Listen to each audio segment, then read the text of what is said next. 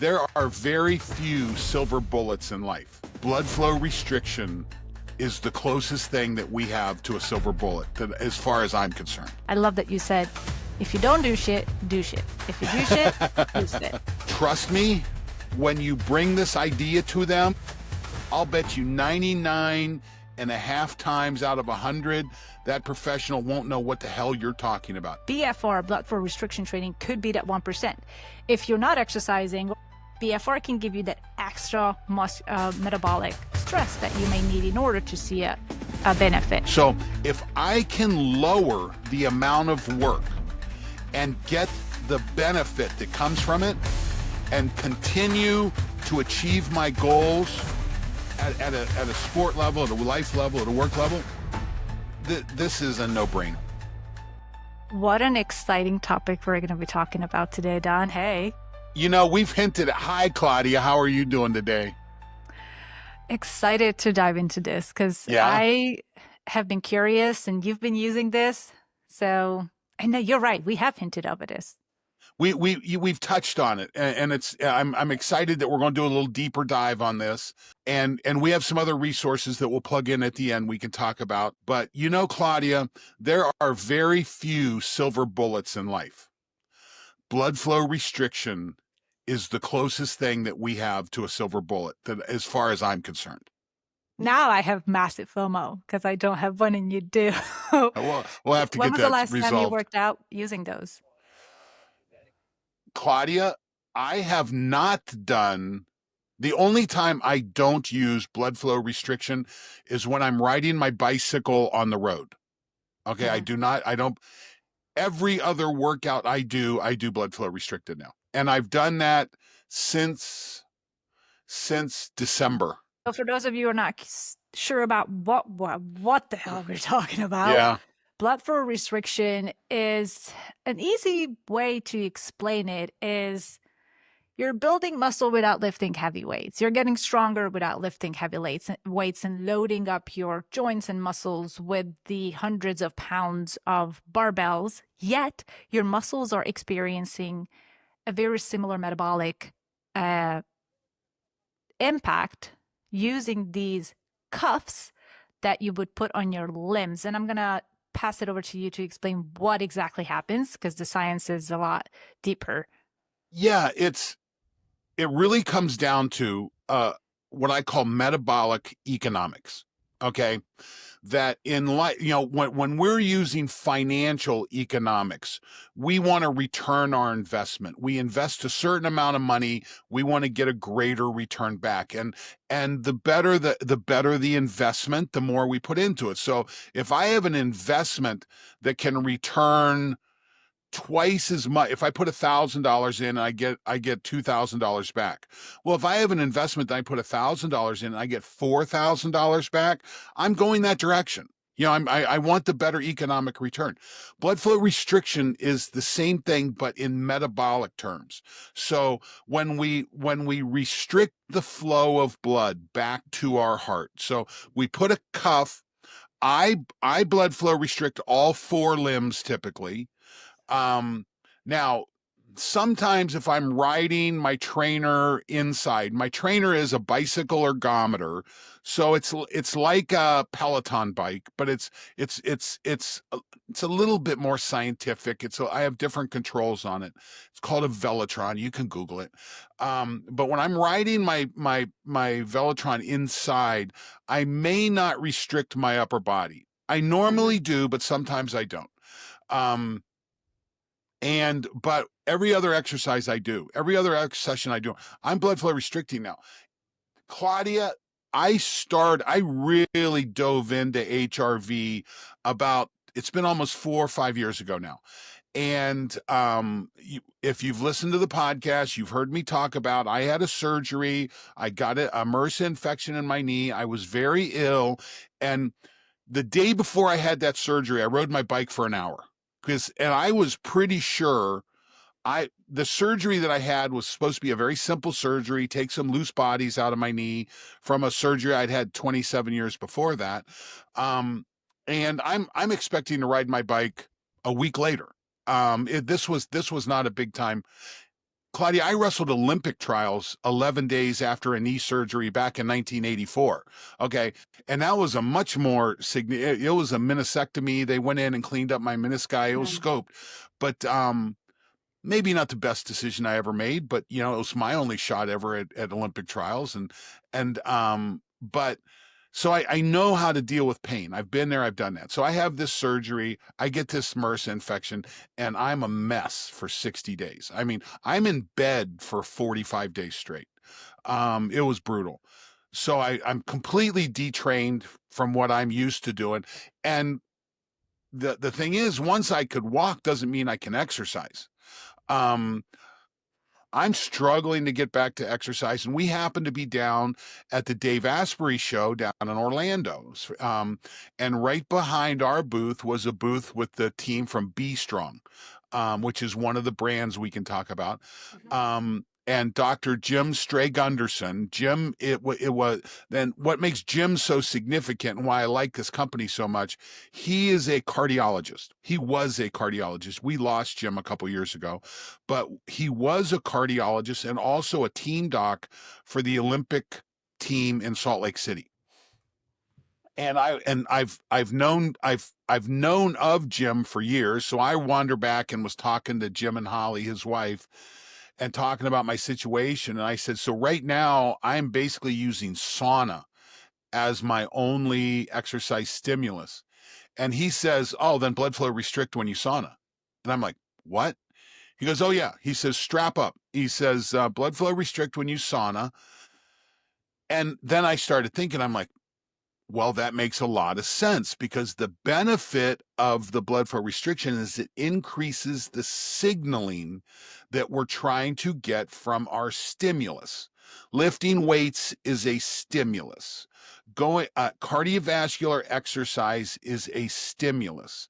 And what we're looking for, signaling from that stimulus that tell either our muscles to grow or our mitochondria to be more efficient, all those things that come with that, and blood flow restriction boosts all of those. Okay, the data is really clear on this. Um, so that's kind of a long explanation as to why and how I got into it.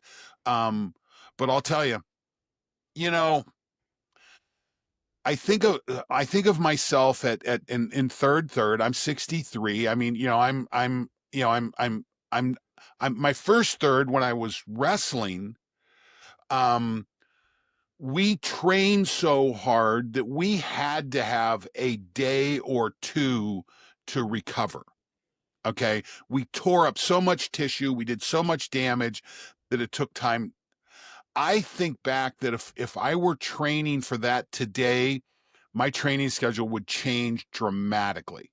Dramatically. I would still have at least one really hard day, one Mm. maybe. Yes. Everything else would be ratcheted back to BFR. And we can talk about why that is here in a little bit. It would have changed what I did back then, definitely changing what I do today. And that's the beauty of BFR is that it really became popular in the realm of recovery from injuries, recovery from surgeries, where you cannot or couldn't and wouldn't want to load a joint or a muscle or some type of body part because of the injury sustained. Yet you didn't want, let's say, your arm to atrophy. Right. You wanted to maintain muscle mass, you wanted to maintain function, and you wanted to continue to have that message to your muscles to still grow and get stronger instead of disappearing. Blood flow restriction allows that to happen. It literally tricks your brain, your muscle into thinking that it's lifting heavy loads. Yeah, well, the signaling from it says, "Hey, you've trained more. Yeah. Here's going to be more response." Yeah. You know, um, you've had a chance to interview some of the leaders in this industry, like from Katsu and so forth. And Mm-hmm. Dr. Sato, the science on blood flow restriction started in Japan. Um, Yes. and it was primarily a modality for the elderly. Mm-hmm. How can we help older people live better? Um, and again, depending on how you define where you're at on this, I don't think of myself as old, but I'm No, starting. I start to have the don't hallmarks even go of, there. I have children and so forth. Um, but this is where it started. It then has transitioned into athletics. The beauty is, whether you're an athlete or whether you're just Joe Bag of Donuts or a bus driver or whatever, you're still a human. And humans, we're very clear on this. And this is why with the podcast, we spend so much time talking about this. As humans, we've got to pick up some heavy shit every once in a while We to do. stimulate our body to grow muscle. Because if we don't, late in life, it's going to be rough. If you don't have the muscle mass and if you don't have the strength and you don't have, we call it sarcopenia, the loss of muscle mass with aging, it doesn't end well. Okay, number one. Number two, the science is pretty clear. We need to wander or the equivalent on a very regular basis. Low level extended exercise. In today's parlance, we call it cardio. Mhm. Um, but it's the hunting and gathering. It's the gathering part of hunter gatherers that results in improved mitochondrial efficiency. So the energy producers in our cell, if we're not stimulating them, they kind of get a little what's the word I'm looking for here, ornery, and they start shooting off chemicals that start to damage the cell, start to damage cells around them, and it again doesn't end well. So we know as humans we need to pick up some heavy shit every once in a while, and we need to wander on a fairly extensive basis. um, that's just the nature of how we've evolved. Blood flow restriction is a way to get that signaling that we've done that with much lower loads, lower, definitely lower time involved.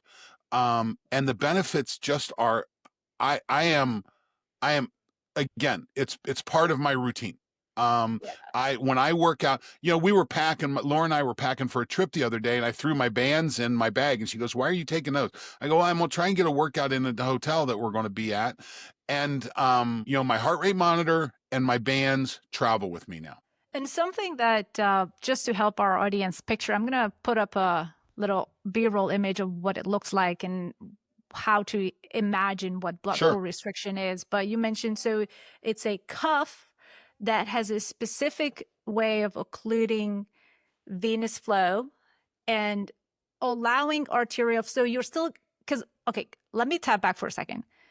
We know that blood flow is key to healthy living. So Sure. it's kind of almost feels like counterintuitive, like, why are we restricting blood flow? It's so important. And then again, we come back to the fact that it's a hormetic stressor. So slightly, we're going to restrict the blood flow coming back in your veins toward your heart through this cuff. And it's not a, what the cups measure is how much the arterial flow is getting constricted. So it's about, and correct me if I'm wrong, I just looked it up before we Uh-huh. got on this call.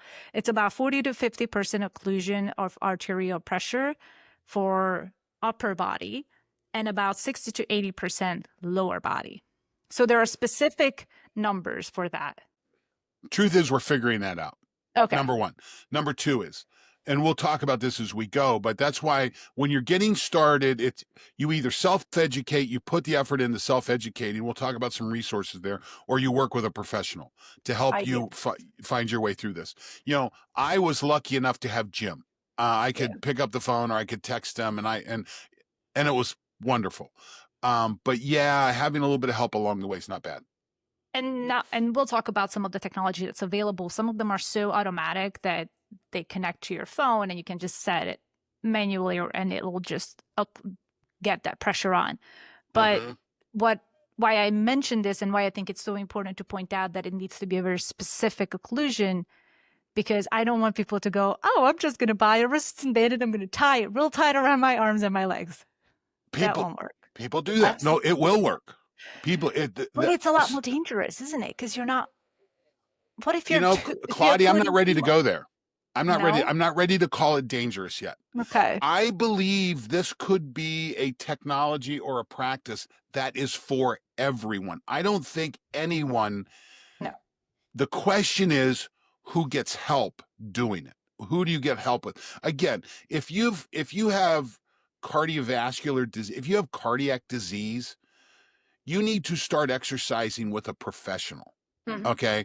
Now, it doesn't mean you don't exercise. Okay. Just because you have cardiovascular disease, just because you've had a heart attack or something, it doesn't mean you don't exercise. It means that you start exercising in a guided environment and someone's there to pay attention. Because the risk of going overboard is really, really high. Okay. Yeah. And so I don't I cannot think of a single population that if someone called and said, should we do it or not, that I wouldn't say yes to. The question is the guidance. Um, so It just popped into my head, and as you were saying that majority of the people could benefit from this, and it comes back to our ethos here with a 90% healthy. Well, we want you to find that 1% that gives you that uh, shift. BFR, blood flow restriction training, could be that 1%.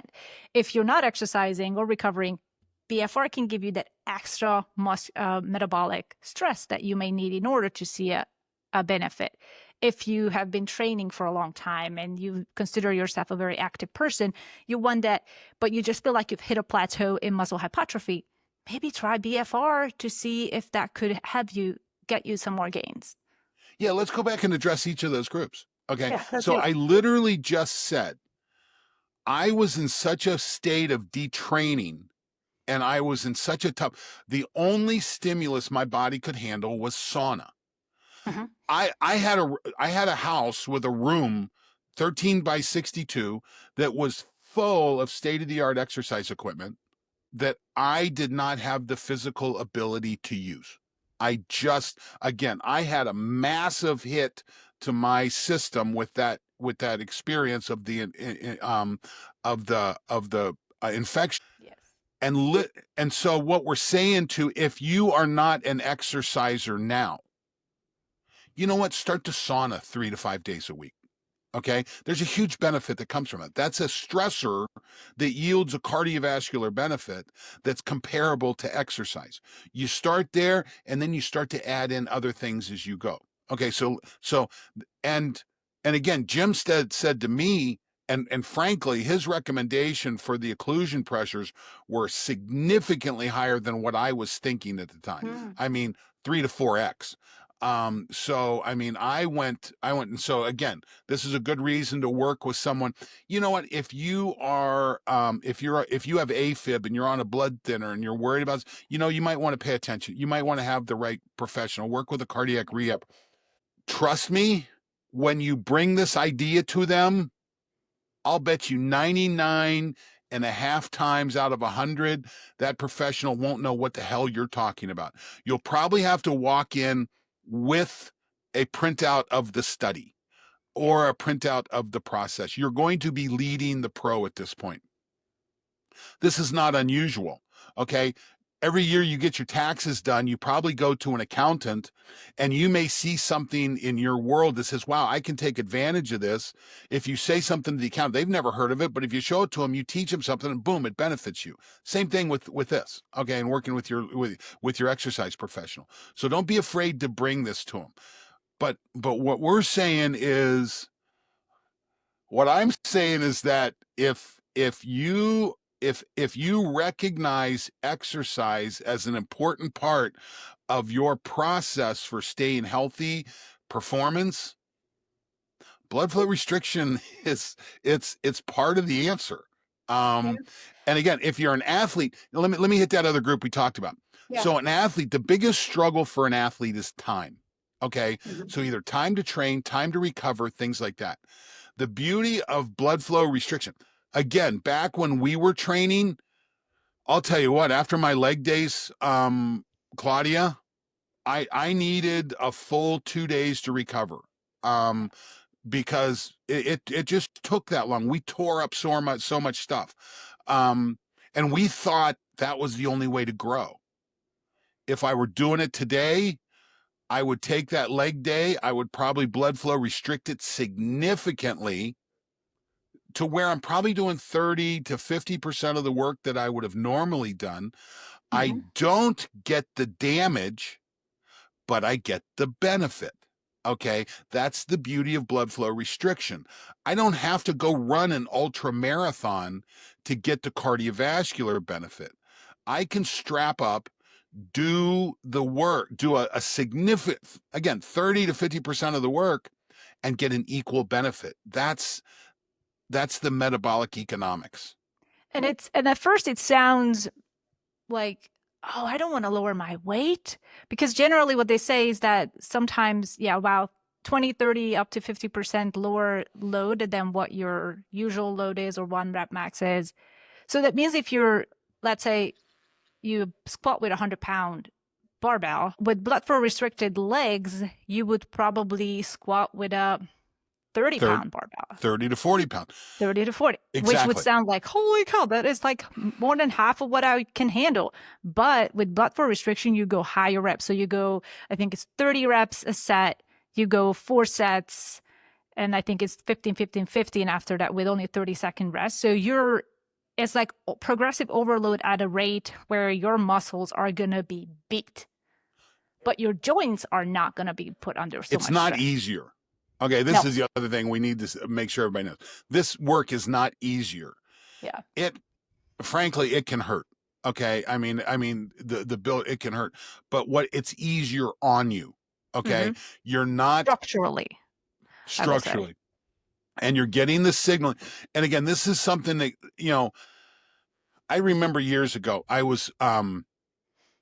we had a wrestler at Ohio State. This guy was a 2-time national champion and very talented kid. And I was in a conversation and he said, so there's this line that we call overtraining. He said, I want to train right up to that. Well, the problem with that is the benefit of the training, any benefit of the training came at like 50% of the workload. Okay. That means that 50 to where he stopped, there was no benefit. You might have felt good. It might have fed your ego, might have done things like that. And I get it. I don't want to minimize that. I'm an economics person. Okay. When the benefit declines or stops, thank you, I'll move on. I've got Hmm. other things I can do. I've got other things I want to invest time in. And as an athlete, your challenge, the single biggest challenge to an athlete achieving their goals is, can they do the work and not get hurt? Yeah. Period. End of story. It's the number one thing. So if I can lower the amount of work and get the benefit that comes from it and continue to achieve my goals at a sport level, at a life level, at a work level, this is a no-brainer. That is true. And there are So studies to back it all up. So if for those tons of of our science. listeners who like, show us the data. Yeah, I tons of mean, science. when it first started in Japan, like I mentioned, I believe it was the 1960s. And ever since then, there was tons of data done to compare how people respond to a blood flow restriction doing some type of training and doing the same type of training without blood flow restriction. And blood flow restriction had higher benefits, higher strength, higher hypertrophy, higher muscle gain. The point I wanted to make, this isn't just for athletes. No. There may not be a better metabolic tool for type 2 diabetics. Okay. Hmm. And there's several studies out there, several excellent studies out there. Biggest challenge for someone who's insulin resistant, type 2 diabetic, is getting sugar out of the bloodstream into the cells so it can be metabolized.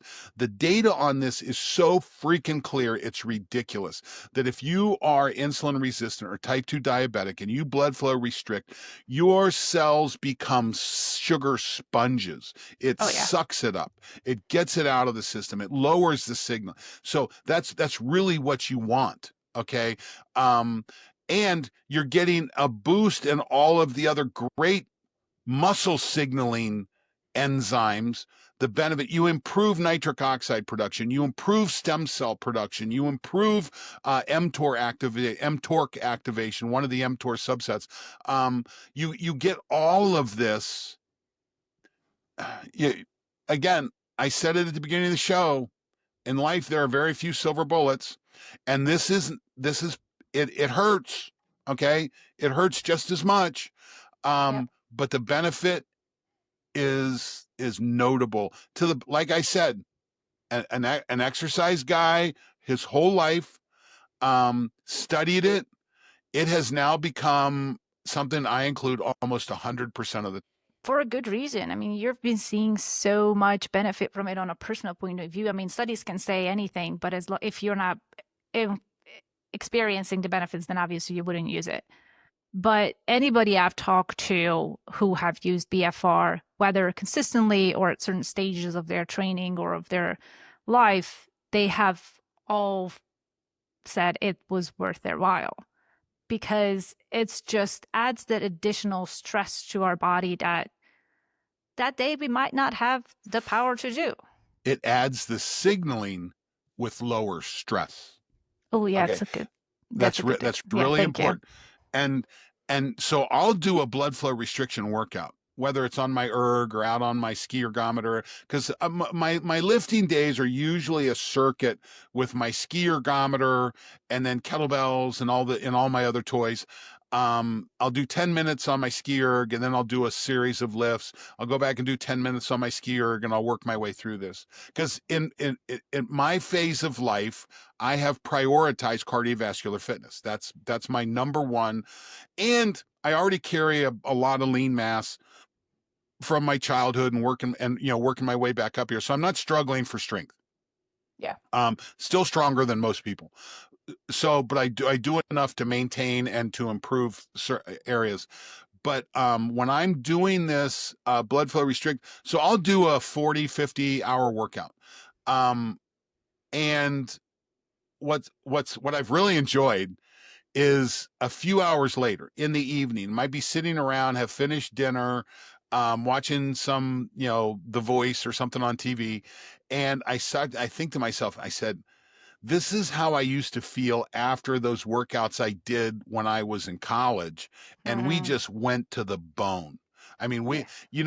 Claudia, there was days I sat in my car. We'd get done lifting at it was called North Facility, and I would have to sit in my car with my arms in my lap because I couldn't pick them up to grab the steering wheel. I was just wiped out. Yeah. So you kind of so I could finally get up and grab the steering wheel and drive home. But I have days like that, and the workload that it took to get there, I can do that every day if I want. Okay. Back then, I needed at least a day, sometimes two, to be able to get back. And your hormones back there are much better. Everything's kind of jamming back then. Um, as we move into my third, that stuff's not there as much. But I'm getting this. I tell you what, I feel the same benefit. I feel great about it. Do you notice a change at rate of recovery? No doubt. I can do that Hmm. every day. Hmm. I can do these workouts every day. Now, Yeah. I don't. Life gets in the way. There's all this stuff that comes in. I have the same challenges that everybody else does. Right. So life gets in the way, and we start to work our way through this. But I can do this every day. Um, and I've now been doing it long enough. What I've been able to recognize is that right now I'm training on my bike erg, usually about 100 watts when I'm fully blood flow restricted, four limbs restricted. I mean, that's kind of max restriction for me. Do you ever get um lightheaded? Sorry to interrupt, but nope, I'm nope, curious. I don't No? get that. um but so now, when I was at my peak, 220 watts was some of the best training I could do. If I could I used to do what's called 2x15s and 2x20s. So I'd program my erg. So I'd do 15 minutes at 200 watts. I'd come down for 3 to 5 minutes, recover a little bit, and do another 15 to 20 minutes at 200 watts. Um, and I realized that European cyclists do better than that, but that's what European cyclists do. Mhm. Um, but right now I'm doing it at 100 watts. Well, right now, so I got on the bike the other day. Well, it's probably been almost a month ago, and I said, "Well, I wonder where my real wattage is at." Well, I'm sitting, I'm doing a workout, and I'm sitting here 180, 170, 180, 190 watts, and getting a similar heart rate response. And I'm like, wow, this is authentic evidence Yeah. that we're seeing this. And I think I did that on the ski erg too. I went out to do the ski erg, and I'm having to turn the resistance way up when I'm not restricted. So I'm a fan. I mean, Oh, it's I you're can crazy for tell. not. Yeah. Let's talk a little bit about what are some of the devices available out there because I've only come across a handful Hmm. that have the scientific backing, the actual technical precision to provide the benefit that people are looking for when it comes to blood flow restriction the right way. And one of them is the one you're using. You're using Be Strong, right? Right, right. And then the other one that I see a lot of people do, especially in the athletic space, is Katsu, which is the OG Hmm. of blood flow restriction. And then there's another one called Saga, if I'm not I just mistaken. jumped into Amazon real quick and I Hmm. said, put in blood flow restriction bands, Yeah. and you get a whole range of options. Oh, I'm sure. I'll tell you, before I met Jim Straygunderson and the team from Be Strong, I had ordered, and you can order blood flow restriction bands, arms and legs, glutes off of Amazon for $17.99. Okay. Now, these are just Velcro bands. There's no control in these. Okay. They're just Velcro bands. And I'll tell you, if you go into the bodybuilding community, you'll see guys well, and let me tell you sort of how I learned about blood flow restriction. I was speaking at a an event down in Pensacola, Florida, with the U.S. Special Operations Command. We were talking about training programs for elite operators, and one of the attendees there was a Army, um, not more than a Ranger. He was Delta Force. He was Army Delta Force. So these guys are badass. I mean, they're just badass. And he had ridden a helicopter into the ground twice, two different deployments in Afghanistan. And this guy has ridden two helicopters into the ground and lived to tell about it.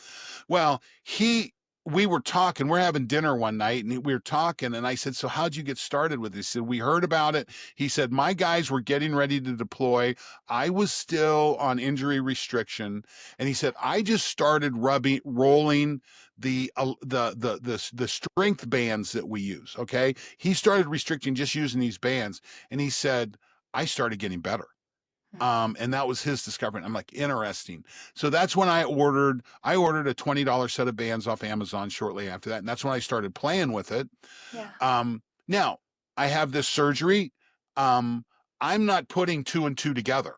Okay. And that's when I run into Jim down at in Orlando, Hmm. and he says this, but then he started using pressures. He started talking about what pressures I should use. And that's the thing about the Be Strong band. They hook up to a little cuff like you have on your blood pressure system, and you raise. And so I now have consistent pressures, and I change my pressures depending on what I'm doing. For instance, Yeah. when I'm riding my bike and I'm using my lower limb primarily, I go to, and I'm refusing to tell you the number because it's not fair. It's like saying, you should bench 400 pounds. No, no, Yeah. you should work with someone to figure this out on your own and figure out what the right one. So, but when I'm riding my bike, I use one pressure. When I'm exercising on my skier, Concept 2 skier, where it's primarily upper body driven, but I'm still standing, legs are still playing a role. I take the pressure on my legs up to almost double that. So my arms, and if I took my arm pressure there, I wouldn't be able to feel my hands. Um, Hmm. but my arms go up to a similar pressure that I use when I'm riding my bike ergometer on my Yeah. legs. So I adjust those, and I figured that out for myself. But with the guidance from people like the professionals, and you can get this. This is one of the reasons I love Be Strong, is their educational resources are excellent. Their Mm. website is bestrong.training, bestrong.training or bestrong.strength. Let me look here real quick. Um, Look at. bestrong.strength. I'm sorry. Okay. Um, that's their website. Educational resources are outstanding. And now Jim's son, Sten, is doing postdoc work at University of South Carolina researching blood flow restriction. Oh, and Claudia, if we'll put a link in there, I did an interview with Sten on my other podcast, Life Over Oh the yeah. Horizon. So we'll put a link in there. Again, if you want to dive in, but get with a pro that understands this, and that's it's a great place to start. Correct me if I'm wrong, but it just comes to my mind. So if you're blood flow restricting a cardiovascular activity, Mm-hmm. then instead of just getting the cardiovascular benefits, you're also getting the benefits you would get with lifting weights. Yes and no. Listen, all exercise will be complementary to a degree. Mm-hmm. Okay. So if I go out and run, I get primarily a cardiovascular benefit, but I also Yeah. get a structural benefit as well. But it's not a structural benefit like I would get from lifting weights, from doing Yeah. squats or lifting weights or things like that. So you still need both modalities. Right. Okay. For sure. Yes. But restricting both modalities boosts the benefit from each in their own metabolic world. Okay, so as I blood flow restrict doing cardio work, I'm getting a significant improvement in signaling to the mitochondria. I'm getting just ridiculous benefits there. Whereas when I blood flow restrict when I do strength, I'm getting an improved stem cell nitric oxide, mTOR signaling, all those things. So just like in traditional exercise, you need both modalities. Same thing with blood flow restriction. It doesn't make either one obsolete. It improves the impact on both. Both. Much like with everything and optimization and finding the perfect dose for you, it seems like pulsing seems to be a great strategy because you're pulsing the blood flow in a way like you're restricting and then you're allowing it to flow. Do you You're thinking because workout to workout. so between workouts, if you're doing strength work, then you would keep it on for those 4 sets and then you would loosen it and rest. But I don't. I with don't. what you do, you constantly have it on for a full hour, right? Strap it on. Yeah. Yeah. Um, yeah, I don't. Now, if you're talking about pulsing, about one week I work out with my restriction, 1 week I work out without. I think that makes a lot of sense. Yeah. And the younger you are, and the more focused on physical performance, like for sports, okay, Yes. or for a physical event that you're looking for, I think it makes a ton of sense. If I'm going to hike the Grand Canyon, okay, I need to hike. Okay, you need to do that. And you need to hike. You can't train for hiking the Grand Canyon on a treadmill 100%. You've got to get, because the biggest part with hiking the Grand Canyon, biggest struggle is you start by going downhill for a long time. And that eccentric load will beat you up if you're not prepared for it. Um, Amen. so the same way you've got to do real work. I mean, if I want to wrestle, I've got to train wrestling. Um, and I need to lift, but Claudia, I said it earlier, I'll say it again. In this phase of my life I'm fine blood flow restricting nearly 100% of the time. I don't do it when I'm out on the road, again, mainly for safety purposes. Okay. Yeah. And I'll tell you, Yeah. Makes sense. there's some times when your blood flow restricting, you're like, I can't stand up. Okay. I'll be on my trainer and I want to do one more standing interval and I am shot. Okay. There's nothing left. I don't want to be in that state when I'm out on the road. Yeah. No. Um, but for me, it's darn close to 100%. Yeah, that is on my list to try and test. Frankly, I have never tried. I've read, listened, watched a lot of videos about it. I just never got my hand on it. As much as the ones on Amazon, yes, they are a lot more affordable. I don't trust myself getting the right amount of occlusion. So I would want to go the precise Yeah. restriction. Those are so pricey. Well, okay, Katsu so is let's over let's continue to thousand. talk about that. Okay, Yeah. so we talked about that Why you are can they get so Velcro expensive? straps for 20 to $40. Yeah. Um, B strongs are a little it's almost you add a zero as you step up the Yeah. technology. So I don't remember. I think the B strongs are between $400 and $700 for those straps, something like that. Mm-hmm. If you'll we'll put a link in the show notes.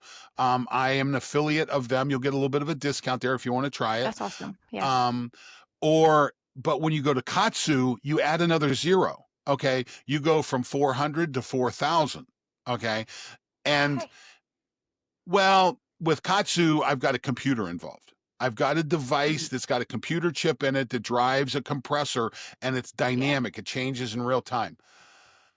If I had a facility if I were training multiple people on a regular basis and I were using a lot of BFR, I would probably invest in the $4,000 Katsus. Hmm. Um, Yeah. just it's a professional tool. Okay. Um, now if I'm just a trainer working with a few people, I would go with the B Strongs. Um, because your restriction is restriction. Okay, so whether it's Yeah. coming from the Katsu device or the B Strong device, it's still restriction. Now, I'll tell you, I do like the technology in the B Strong bands. It improves all the time. They're doing really good work, and I love their bands. I mean, the That's comfort cool. is ridiculous. Because you don't want the band creating pain. No, yeah, You, that, yeah. so yeah, that's so $40 on Amazon, $400, 400 to 700. And again, I forget what the pricing is. I haven't. I should have reviewed that. Or you step up into the more expensive, like the Katsus, which are $4,000 or $5,000. Yeah, I just looked up Saga, which also seems to have a pretty cool tech. It's like wireless connected to your phone. You can set the Sure. things over there. And it's like 600 for both Yeah. leg and arm, which is pretty neat, but still up there. I mean, There's this a is technology for life. I mean, it doesn't really, I mean, you the, could ruin it, but there's a certain beauty. One of the reasons I like the B Strongs is I don't have to worry about a computer failing. Um, yeah, it's true. so I have a pretty practical blood pressure cuff pump. Um, Hmm. in fact, one of my bands started leaking. Um, I reached out to the company, told them they sent me a new band. Um, Okay, great. you know, here's the beauty of that. That costs them very little. Okay. Yeah. That band, once you get to scale, it's much more affordable for them. And it gave them an opportunity to do huge customer service. If a computer chip fails, no, if a compressor fails, whole nother game. Okay, whole Mm, nother level of yeah, expense. So that's one of the kind of reasons I like the in between choice. I'm the Goldilocks choice. that's good. A little power back to you instead of relying on a machine the whole time. Yeah. Yeah. Yeah. Okay, what is it that we haven't talked about with blood flow restriction? Well, I think we've covered a lot. So yeah. I Go just ahead. wanted to say it seems like there's no age limit. I mean, you can't be too young or too old to use it. You just have to have the right protocol to maximize on the benefits that you want to achieve. And you would use it differently in your 20s and 30s than your 40s and 50s, in your 60s, if you've I'll been injured, if you are an athlete. Here's the group that I wouldn't use it with. If I'm teaching someone technique, okay, Hmm. if I've got someone that I'm trying to teach to lift and do it correctly, I would not blood flow restrict that. Okay. You need to get the technique laid down early. Mm, Okay, sure. so everything's working and you learn the techniques. Then you can think about blood flow restriction after you started to increase workload. And when the workload starts to compete, economics, when the workload that you're putting into the lift starts to compete with the time that you could put somewhere else. Okay, Yeah. that's when you start to integrate this. You know what? Well, I was getting ready to make a statement, but I'm going to second guess myself. If you're a gym junkie and you just love being in the gym and you want to put the time in without it, I'll tell you, the top bodybuilders blood flow restrict. Okay. You may Hmm. not see it in their Instagram profiles, and you want to talk about a ridiculous pump. One of the things I love about it is the Mm, pump that comes with that.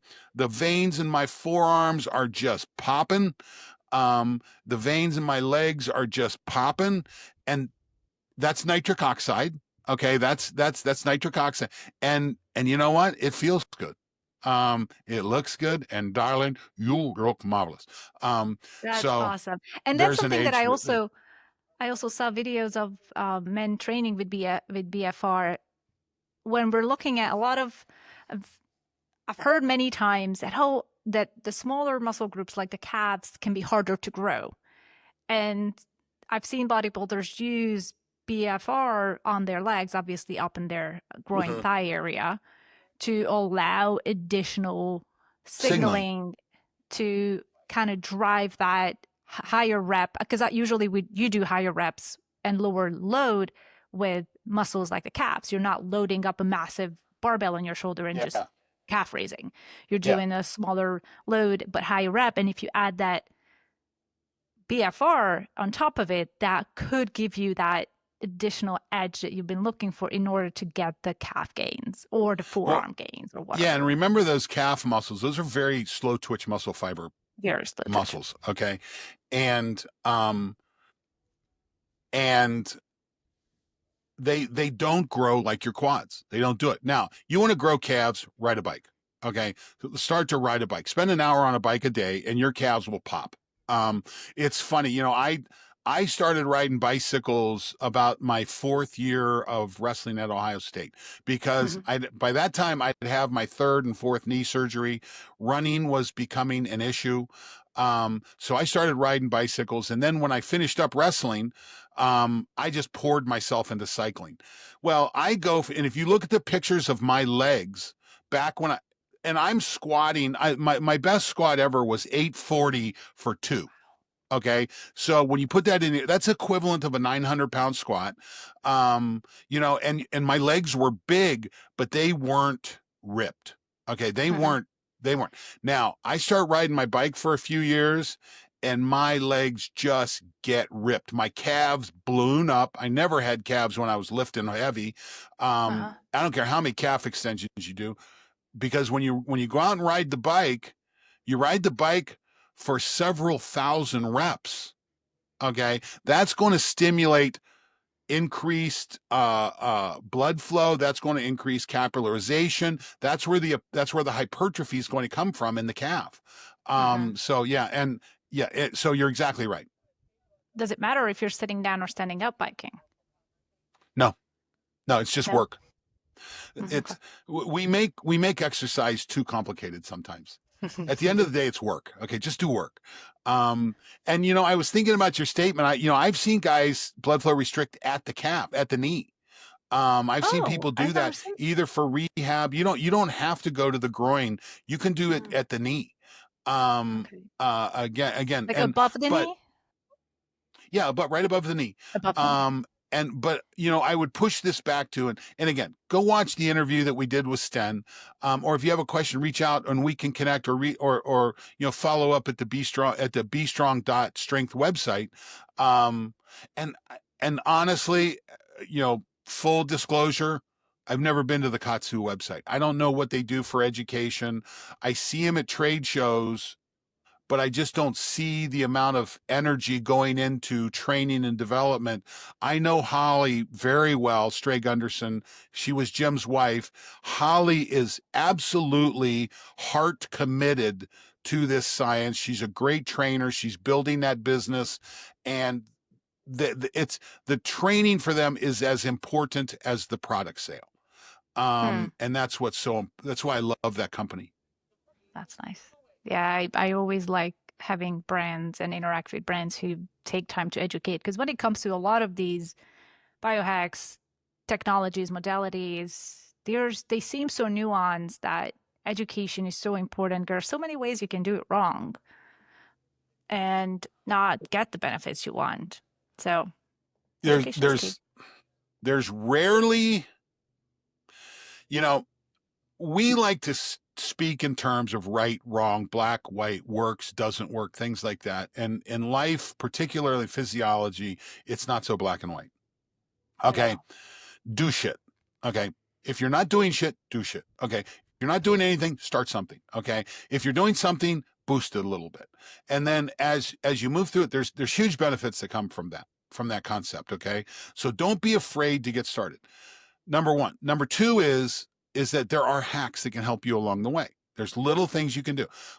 Listen, I consider the most important piece of equipment that I have for exercise is my heart rate monitor. Pure and simple. Okay. And it's what's funny about heart rate monitors is they're almost addictive. I've been using a heart rate monitor since I worked for Polar 30 years ago. I was a professor before that, and I'm teaching kids how to measure their heart rate using two fingers on the carotid artery. And then I see this technology of continuous heart rate feedback, and I'm thinking, well, this is a joke. This is ridiculous. Okay. And I don't exercise. And what I have to be careful about is if I go somewhere and I don't have a method for measuring heart rate, I might not exercise. Um, because I kind of like that feedback. Yeah. That may be a little addictive, and I'm willing to admit it, but I that's was just just gonna me. say. I'm okay with that. Hey, here's the cool thing. Yeah, My Aura Ring will measure it now. My Apple Watch will measure it now. So I have several devices that I don't need that chest strap for. But so I've lowered my it's excuse level it's dramatically. really funny you mentioned that because just yesterday I'm leaving for the gym. I got in my car and I realized I was charging my Aura and my watch, and I forgot to put them on. I got in my car and I'm like, Yeah, nothing's on me. And I'm like, you know what? You'll be fine. Just yeah, go to the gym. And I went to the gym, and for a second, I had that same thought. I'm like, wow, I'm not gonna have the data on how hard I worked out or where my heart rate was through certain right, rests, right. certain sets. So it's very interesting. You feel naked, all of a sudden, like, okay, Yeah. something's Can missing. can you Yeah, work out without your earbuds though? That's the question. I can. It's happened to me many. Sometimes the music at the gym is pretty loud, Oh, and okay. I can. I don't mind not using my earbuds sometimes. You know, Yeah, there's I'm a not. really cool technology that I saw years where they had earbuds that measured heart rate. How cool. It was so cool. I'm like, well, they were never able to get it commercialized, but they used to bounce that Uh-huh. photoplasmatic laser off of the tympanic brain of the eardrum, and it was a very good heart rate signal. Yeah. But they were never able to get it commercialized. It was a cool That's interesting. technology. Yeah, because Yeah. you can measure all these things from the ear. I've seen Hmm. companies come out with earrings for women that Hmm. measure stuff for the earlobe, which is quite interesting. Well, and I'll tell you, HRV at the earlobe is excellent. Okay, there's an excellent signal there, but the earlobe's also an excellent system for vagal nerve stimulation. Vagal nerve, Um, yes, so yes, and if you're listening, we'll be doing an episode on VNS, yes. because it's something, it's just a cool technology, and it's just one of those things that's coming along and improving. I saw a device the other day online. They call it a tricorder. Now, do you know where the term tricorder comes from? No, You're not a Star Trek fan. Okay, no. because if you were a Star Trek fan, you would know that that was the device that Bones, the doctor on Dr. McCoy on Star Trek, he could take this thing and he could wave it down you and say, "Oh, here's your problem." Um, we Interesting. are toying with tricorder level technologies nowadays. They keep getting smaller, and Yeah. where was I the other day? I was doing something. Oh, my wife went to the dentist. She's laying there in a chair. They put this little chip in her mouth, and then this gal picks up this thing that looks like a camera. It has the shape of a camera with a lens on the end of it about this big. And I go, "Is that your X-ray?" She goes, "It is now." And so what used to be a room with Yeah. lead coats and so Yeah. forth, and I'm like, we're going to be doing this shit with our iPhones one of these days. Yeah. And we can do it. We can take our iPhone, we can put our finger on the camera, and we can get a good heart rate variability signal. Okay. Now, Yeah. do I think that's sustainable? No, I do not think it's sustainable. I think it's a peak. Okay.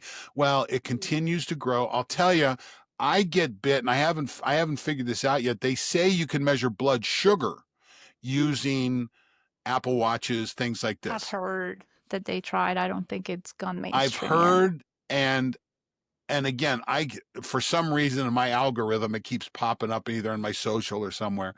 Um, and they've gotten $20 out of me, a couple, $10 a couple times, and I'm like, okay, this is bullshit. It's simply a way to record my finger stick blood glucose. Yeah. But these things are coming again. We've seen, listen.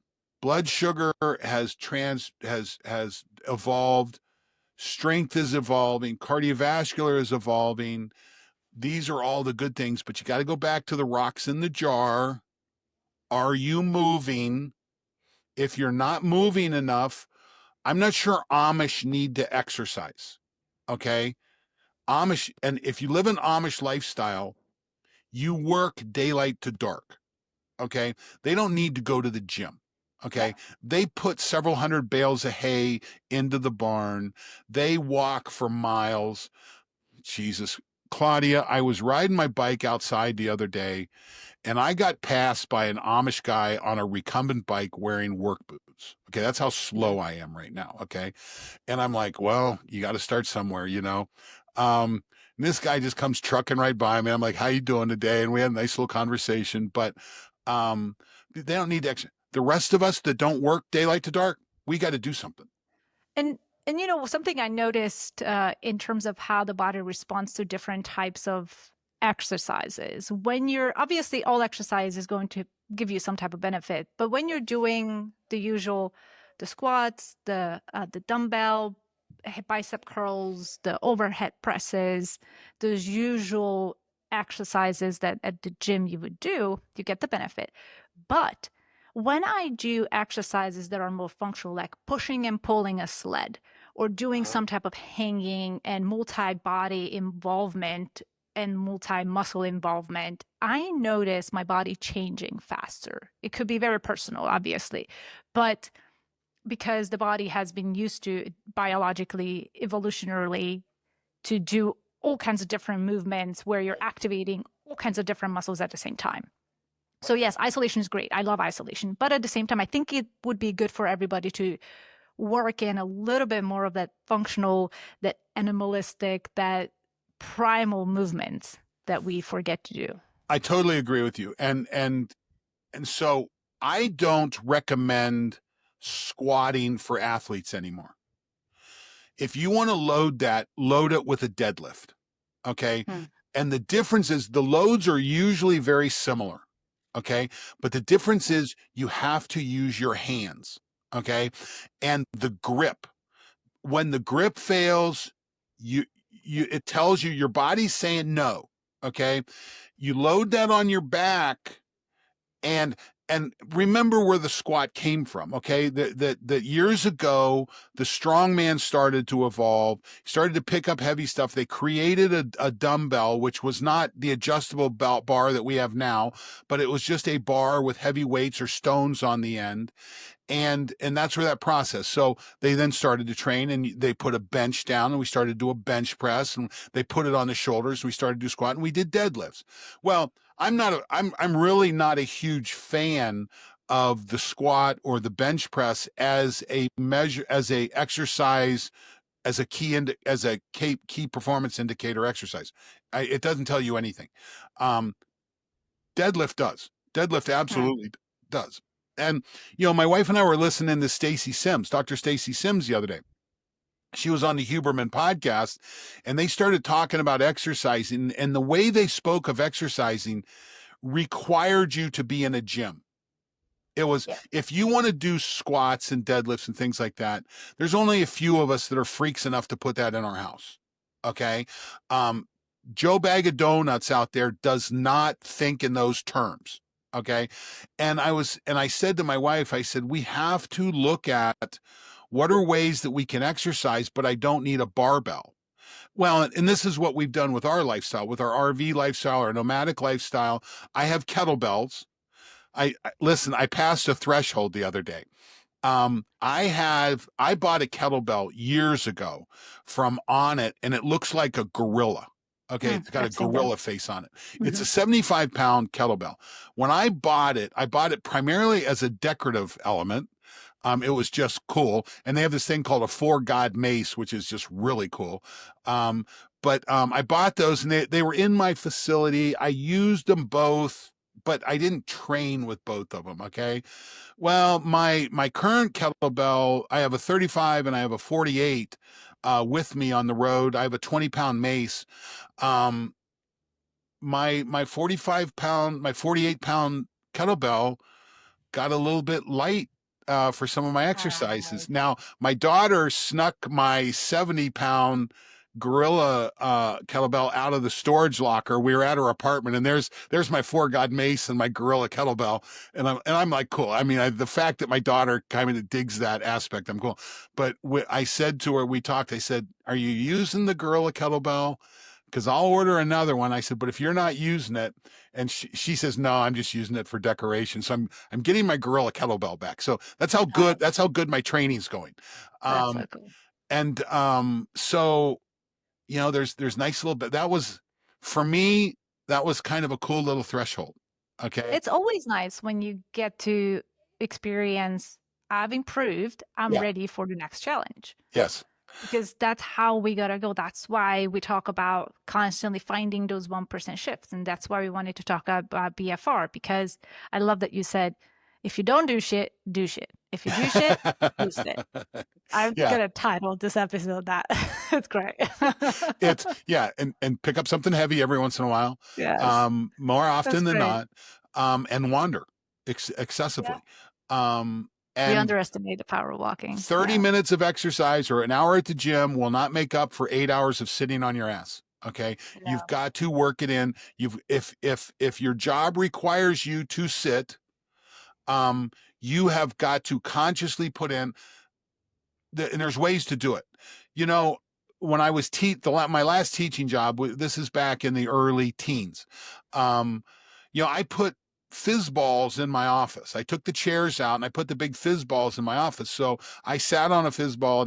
Well, you should have seen the looks on the people's faces when I did it. They thought I was an alien. Okay. But my kids loved it. My students just loved it. They'd come in and meet and they'd be over there just bouncing on the ball. They loved it. Well, then I started using a stand-up desk. And I took my regular desk out and I put a stand-up desk in, so I didn't need the ball. So I had a ball but we didn't sit. I set it up so we stood the whole time. It's these little modifications that you do to help lower the demand for needing to do it all in an hour at the end of work or before work or things like that. Yeah. So integrating lifestyle is just so important. And again, for your training, blood flow restriction, I'll tell you, I'm close to saying silver bullet. I am really close, Silver but bullet. I'm not. But I also don't think there are silver bullets. But it is an amazing tool. Yeah, I gotta make it work for you. And like, yeah, Don mentioned, do you wanna work with a professional if you're just getting started? Yeah, go grab a pro. I mean, listen, Yeah. you hire an accountant for your taxes. Yeah. There's lots of times we use pros. Um, Hell, when you Yeah. go out to the bar, you hire a bartender. Okay, you may not know it, but you're paying someone to mix that drink for you. Um, Yeah. you know, get a pro. Figure out what works in your budget, learn from it, and move on. Indeed. On that note, we are over We're an out. We're hour. only an hour and Yeah. 2 minutes. We shoot for 45, everybody, but we Yeah. haven't been able to hit that. Nope. But it's all good. It's all fun conversation. So I'm not complaining. We So if we're you haven't listened to our last episode, you've got to go back to it because it was awesome. yes, yes, do go back because it's such a worthwhile investment in your time and just paying attention to what we talked about. So go And back. if it's not, we'll cut this section out so you don't hear No, I won't, just for the it. sake of it. Okay. If you have any questions, let us know. Comment, subscribe, like us, and reach out. And again, you can find us on you're on LinkedIn, I'm on LinkedIn. A lot of people find me on LinkedIn, and it's always good.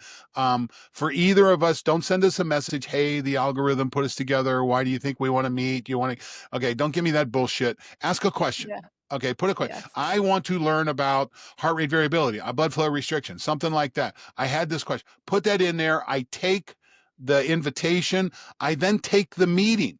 I have meetings. I have multiple meetings throughout the week with people I've never met before to talk about these things. So reach out. So LinkedIn, or you can go to my webpage, trainrecoverwin.com, which is under construction right now. I will not. I meet with a graphic designer next week. We're getting ready to do some work there. It's very basic, but there's a contact me. You can go to Train Recover Win. We put all the podcasts back there in the podcast section, and all my old podcasts are there. So you can reach out to us. We want to hear from you. And you can find me Byline by Claudia on all the socials and biohackingboutique.com where you can Oh, find some we different didn't talk about the toe socks. toe socks. Speaking, That is yeah, going to be the next. We'll talk about foot health because that's my new nerd alert. I have been a toe shoe wearer for over a decade now. Um, Back and people think I'm nuts. When I was teaching over in Western Ohio and I'm wearing toe shoes and there's snow on the ground. Okay. And I'm walking around in toe shoes and they're like, aren't your feet cold? I'm like, no, my feet don't get cold when I'm walking. Now, you don't wear toe shoes when it's wet. It's not good. When it's wet and cold, it's not a good combination. But Yeah. yeah, we'll spend some time talking about toe Yeah, shoes. I'm wearing those toe socks right now. I love the freedom that my toes are getting. It's And like if you're gloves for incredibly hair. judgmental, this will be one you want to pay attention to because well, someone sent me a note one time and says, "Don't you feel judged when you wear those?" And I said, "Well, fact is, whoever's judging me, I judged about 15 minutes before they saw my shoes. So it's no big deal." Haha, love that. So Oh, have thanks a so great much, day. Dan. Have a great Have week, a good day. everybody. See you next week. Bye.